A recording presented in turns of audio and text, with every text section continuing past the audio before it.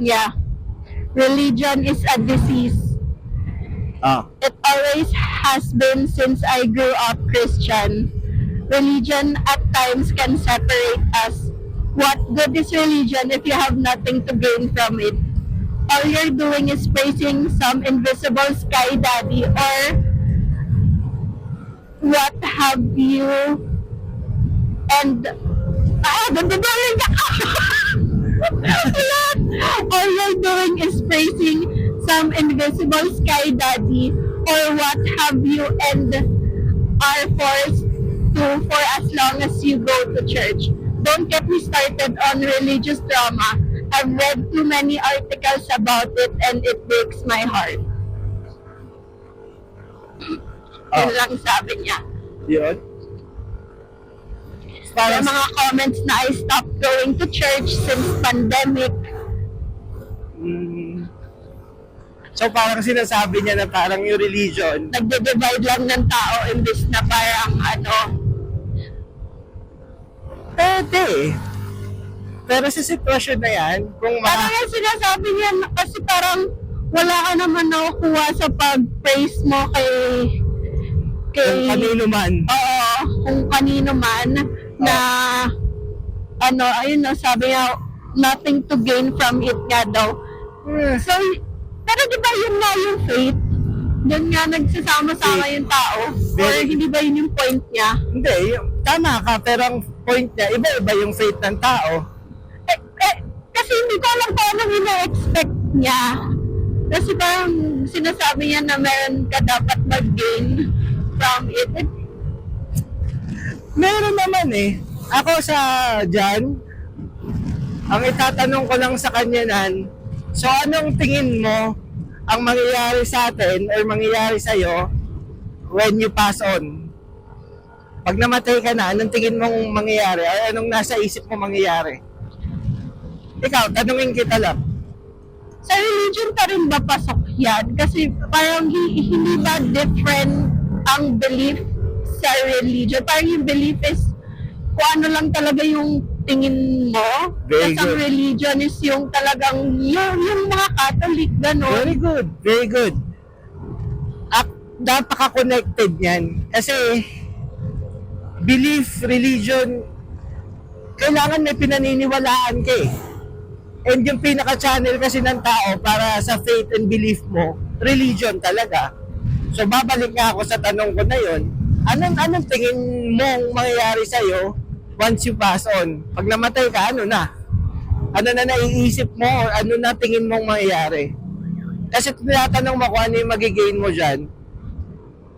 Ang pinaka magigain, and ito nabasa ko lang religion talaga, you need, mahirap tanggapin yung death. Yung Kamatayan.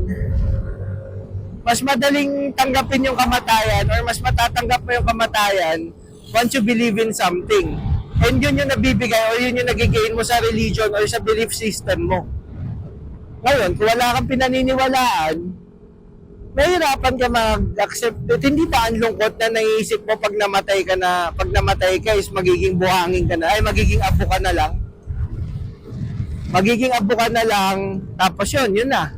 na wala nang mangyayari after. Yun ang pinakamasasabi ko dun sa kung bakit kailangan ng religion. In fact, hindi naman ako religious. So, hindi religion. Kung bakit kailangan may pinaniniwalaan ka or bakit kailangan may faith ka, yun ang sagot ko dun. Kasi you need something that you believe in eh. Lalo na pagdating sa end ng life mo. Pero hindi lang naman yun yung purpose lang, di ba? Yung kung saan ka mapupunta at the end of your life. Parang, yung ano ba? Yung buong buhay mo, yung faith mo, yung ano tawag doon? Yung pagsamba rin ba is faith? Pagsamba, worship? Oo, yun. Kung sino yung worship mo, ganon. Hindi lang siya yung after death. Oo nga.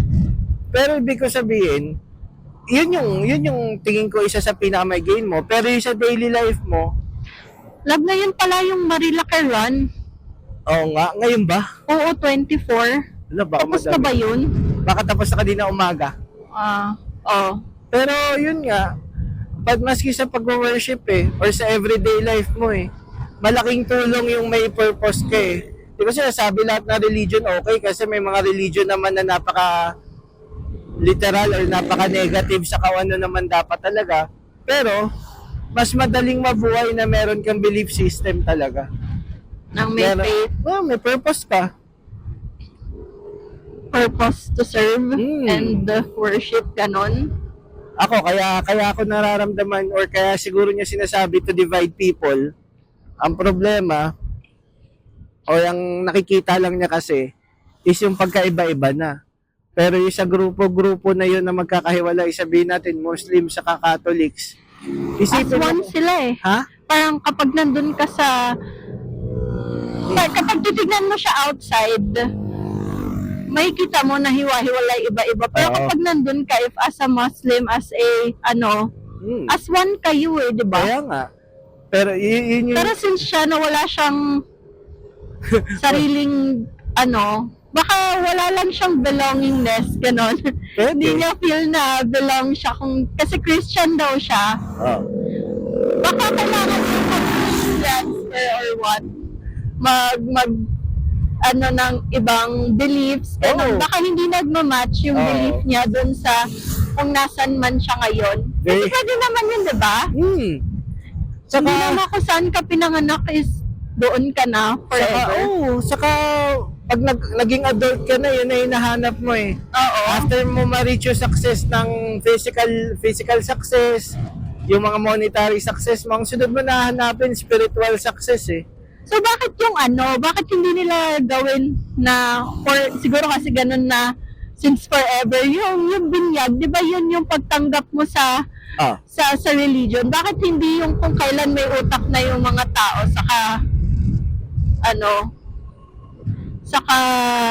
kasi di ba ang pagbinyag is pag-accept sa religion? Kung baby ka pa nga lang, tapos hindi naman pala yun yung compatible sa'yo. Ganun yung setup nila Yung or dahil pangalan yun ng sin pala. Pwede. Yung original sin. Oo, pwede. Saka parents yung nagde-decide nun Ayun nga. Pero, kung hindi nga nag-work sa'yo at feel mo nonsense siya, meron yung parang angkop para sa'yo na paniniwalaan. Kaso kasi minsan sa pamilya naman yung nagiging issue parang may iba na sobrang religious family tapos since doon ka na bininyagan, doon na kayong lahat, parang malaking issue kapag lilipat ka, kapag nagtingin ka ng iba, mga ganun. Hindi, pero ibig ko sabihin, o hindi nga nag-work sa'yo tingin ko yun lang yung parang yung sa kanya, ganun siguro. Na parang na-force into the family's religion lang siya Oo, baka yung beliefs nila or yung values is hindi angkop sa kanya, hindi yun yung gusto niya, ganon. Kaya di niya magets yung purpose or di siya belong. Totoo. Kailangan lang niyang hanapin kung ano yung magiging angkop sa kanya. Saka parang, yun nga, hindi nga ako religious, pero spiritually, paniniwala talaga ako, dapat may belief ka Kasi parang yun yung nagsiseparate sa atin kaysa nung panahon ng mga caveman Wala kang pinaniniwalaan. Saka parang as human beings, isa yun sa pinakamagandang advantage natin as human beings Meron tayong parang mga ganyan Sa mga hayop, wala namang ganyan. Kain, hibernate lang sila Tayo, meron tayong conscience, meron tayong faith, meron tayong belief system. Ngayon, kung hindi siya naniniwala sa religion, sana may pinaniniwalaan naman siya kahit ano. Kasi ang lungkot naman ng buhay pag wala kang pinaniniwalaan. Pag sinabi... So, paano nabubuhay yung mga atheists? May pinaniniwalaan din sila. Naniniwala sila sa science. Sa science. Okay. At least in tune or agreed upon sa sarili nila kung ano yung meron o ano mangyari sa kanila. Sa tono nung nag-post niyan, parang hindi niya alam kung bakit Oo, hindi Oo, hindi niya lang talaga alam. Yun. So, in closing, yun yung pinakamasabi natin dyan. Masasabi ko, ano ba na-imagine mo or ano tingin mo mayari sa'yo pag nag-pass on ka, try mo tumingin ng ibang religion na mag-work sa'yo, and find something that you believe in.